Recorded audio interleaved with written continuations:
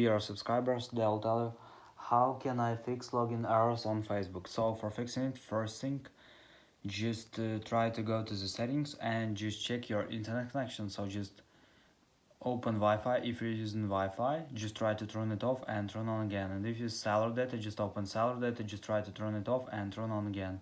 So another thing you can try to turn on airplane mode, wait for a second and just turn it off.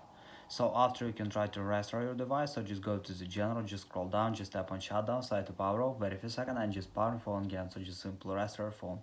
And if you still have this error, so you can also just try to update your app. So just go to App Store, just go to search tab, in search tab just right here Facebook,